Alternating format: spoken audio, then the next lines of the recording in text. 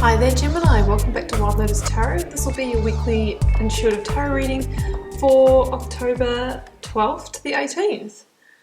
Can't believe we're at that stage of the year already, Gemini. I was just looking at the date just then and going, my goodness, it's gone so fast, yet it's been so strange at the same time. Let's start with the Work Your Light Oracle, Gemini, to see what the overarching message or theme may be for you. Oh, I have got Leap. You go first. The universe will catch you. It's very much the energy of the Fool from this Oracle deck, and it really says that sometimes we might just need to, take a leap of faith on something, maybe a new direction, maybe a new career, maybe a new relationship, and sometimes we need to, take those first steps on the path, even though we don't really know, how it's all going to play out. So it's about trusting where you're being called to journey. Let's get out a Yogic Path card.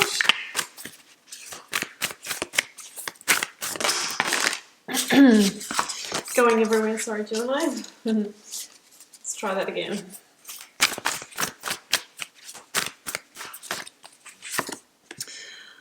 Bhuvaneshwari, I think that is the god of infinite possibility. Let me just check that for you, Gemini.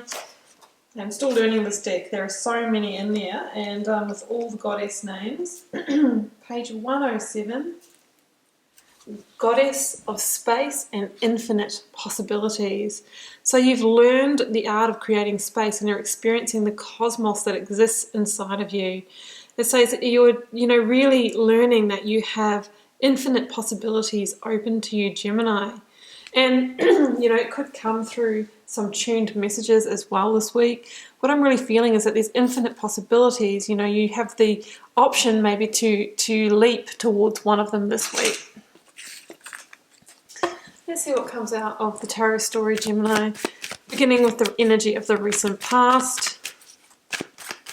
Energies leaving, completing, or transitioning in your life. We have got, oh, there we go. That's your card, Knight of Swords. Maybe moving forward swiftly towards something here, Gemini. Let's get the current or focus energy out for you.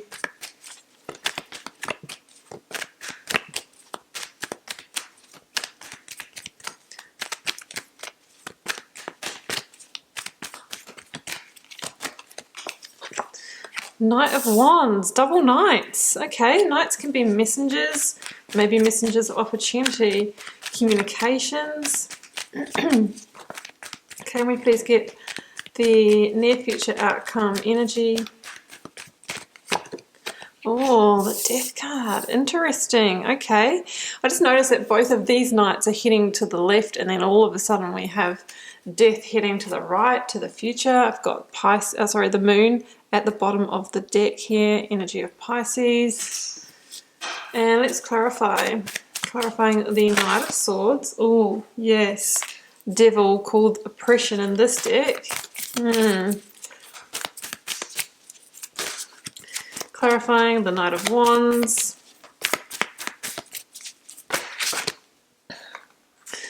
I've got the Lovers and clarifying the energy of Death.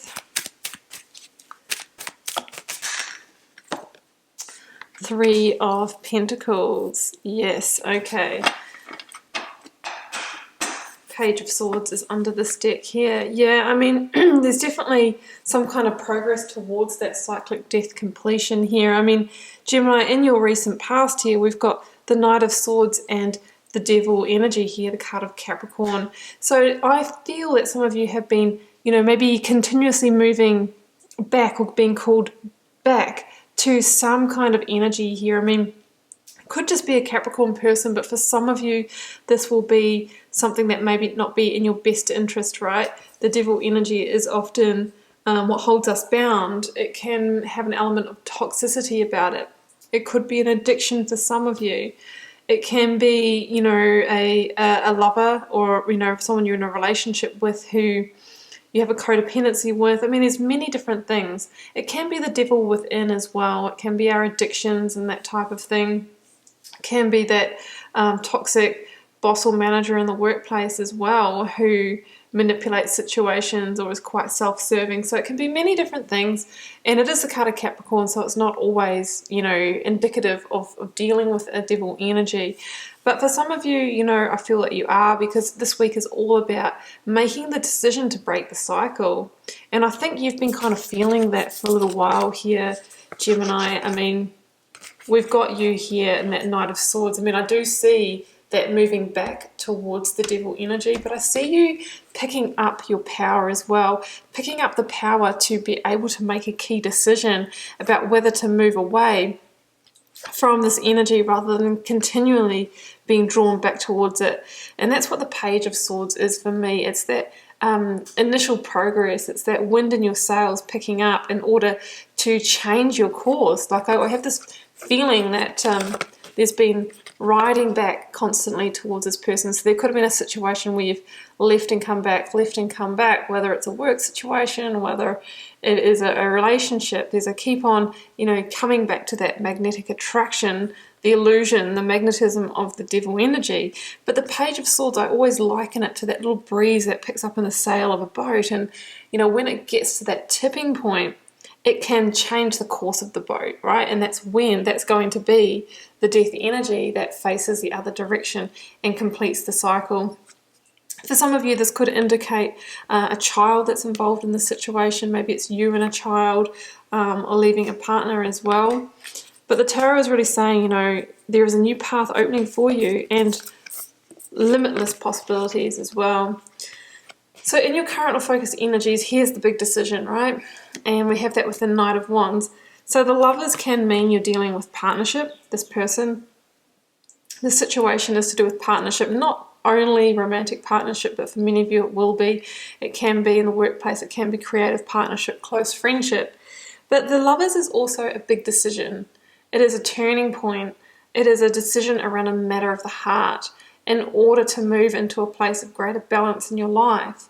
So I feel that you're making the decision to move away from this situation and to get started on a new frontier.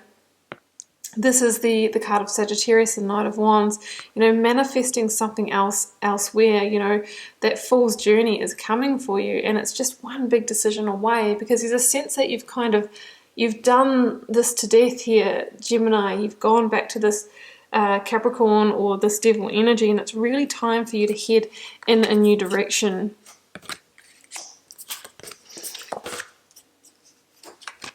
Oh, there's the Judgment card as well, picking up there, Gemini. Yeah, so I really feel this is the last call of the situation. And finally, you know, after these 2 nights that have been moving back towards the past, the death energy, the energy of Scorpio, comes in to clear that slate and have you riding out of the situation for good. It's a big cyclic completion, because I really feel that you have been going back to this energy over and over again.